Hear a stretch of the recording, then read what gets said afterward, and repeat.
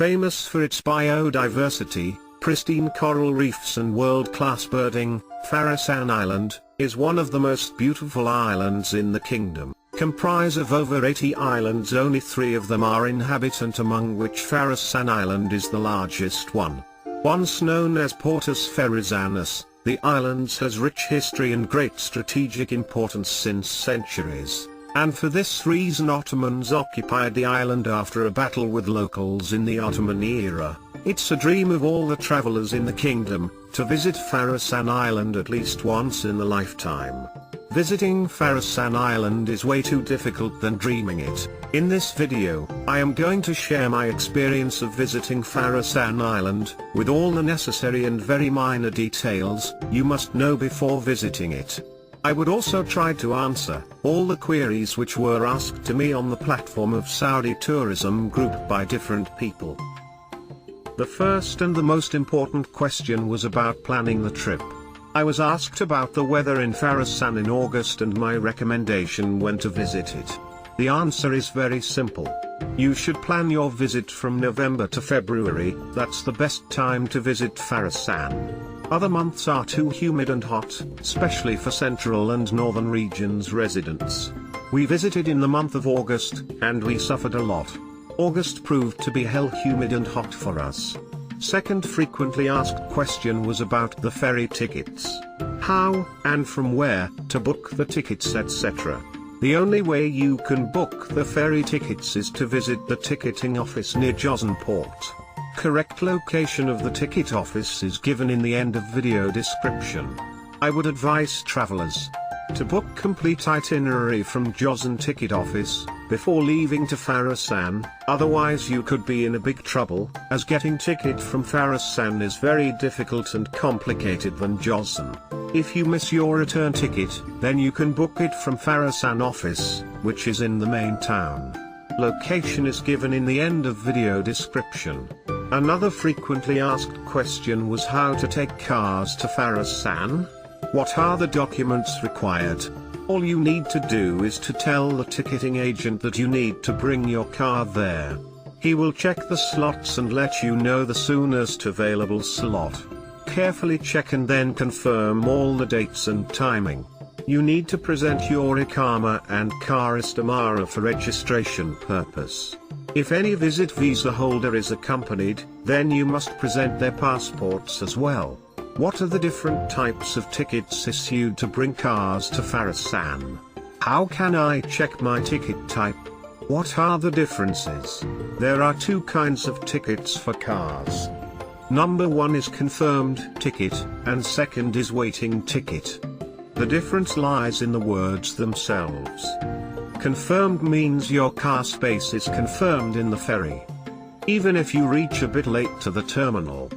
Waiting tickets are subjected to space availability after boarding all confirmed cars. So, if you are traveling on waiting ticket, then it's your luck. We did not know that our returned ticket was waiting, so we stayed in the confirmed K, thinking that we have confirmed ticket, but the ticket checker told us that we have to go to waiting K, as we had waiting ticket, and waiting space was full just before us. We could not travel as per our plan. So, we went to Farasan ticket office to get another ticket for the same day, as we had to reach Oban on the same day, but ticketing agent told us that there was no slot available on that day. The only possibility was the next day, that too on waiting. We took the ticket for next day but came back terminal again and parked our car in the waiting K before 4 hours to test our luck, which worked. And we came back Jazan on the same day, but late. That time I came to know that many people stuck on Farasan during Eid holidays and weekends, due to this issue. So my advice is to travel to Farasan only with confirmed returned tickets. Don't test your luck, especially if traveling with families. People were also very curious about ferry condition, if the ferry was cleaned and well maintained. Matna operates world-class ferries to Farasan Island, with very high standards. I was impressed with the cleanliness and services on ferry. Next question is about the services available on ferry. All ferries have a very good tuck shop from where travelers can buy juices, tea, confectionery and much more. Ferries have clean and well-maintained washrooms as well. Many people asked about the ferry cost for passengers and cars. So, the answer is that the ferry is completely free for all. Only subjected to slots availability. Another question which we received was about the ferry timings. There are 2 timings. First in the morning at 7 AM, for which you must be at terminal at 5:30 AM. And second at 1 PM, for which you must be at terminal at 11:30 AM. Next question was, how many ferry terminals are there at the ports, both Jazan and Farasan? There's only one terminal at both locations, but the entrances and checking points are separate for cars and passenger. Only car driver is allowed to go with car, rest all passengers must go to passenger location. Correct locations of ferry terminals will be given in the end of description. Next question is related to checking at the departure and arrival terminals. So, for your info, checking is done only at departure gates, which is similar to any airport checking. Car checking is way stricter than passengers checking. Next question is about the items that can be carried on the ferry with passenger and car. As mentioned earlier, checking is like airport, so you can't bring any flammable chemicals, explosives and gas cylinders etc. on the ferry. If you are carrying any of them in your car, then they will be taken out during checking by security personnel. Next question is about the other measures and protocols to be followed on ferry. In this corona time, mask is mandatory for all. Photography is not allowed. I did some photography, but security personnel stopped me and deleted the photos which I recovered later. Movement is allowed only within the sitting area. Many people asked about the trip length in Jazan to visit Farasan as well. You should plan your Jazan trip for at least 4 days. For example, if you reach Jazan on Saturday evening, you can go to ticket office next day in the morning, and most probably you will get ticket for the next day, which would be Monday, not for the same day.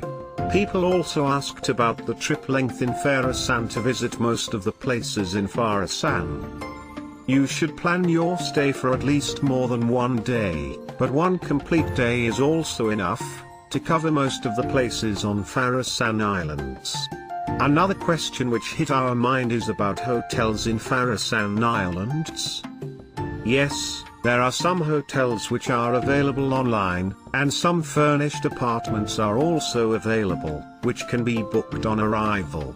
I did not book any hotel for our stay, as we planned to camp there, so don't have more information about that.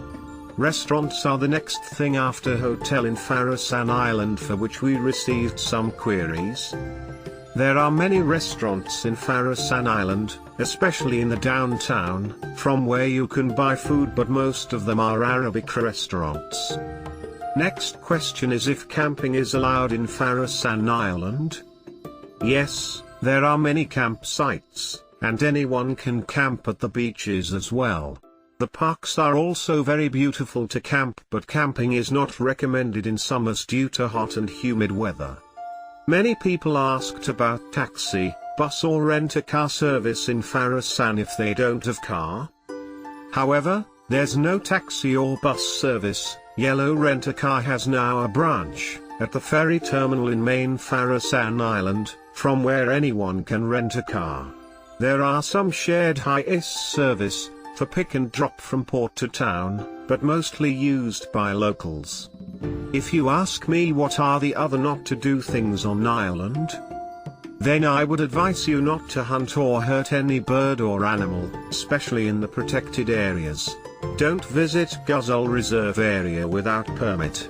Don't trespass any old building or historical treasures, like Ottoman fort and barricaded area near Deer Reserve, as patrolling police and wildlife officers continuously monitor all these areas. What are the things to do or places to visit in Farasan Island?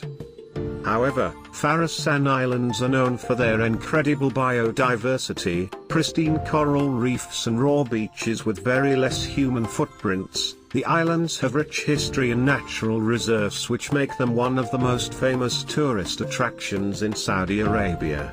There are a number of non-marine attractions in Farasan Islands as well, such as Al-Qasa Heritage Village and Deer Reserve, the Ottoman Castle, House of Refi, mangroves and Al-Kandal forests, birds watching, Janaba Beach, Al-Haysis Beach, Mahdi Bridge, snorkeling, fishing, and islands hopping.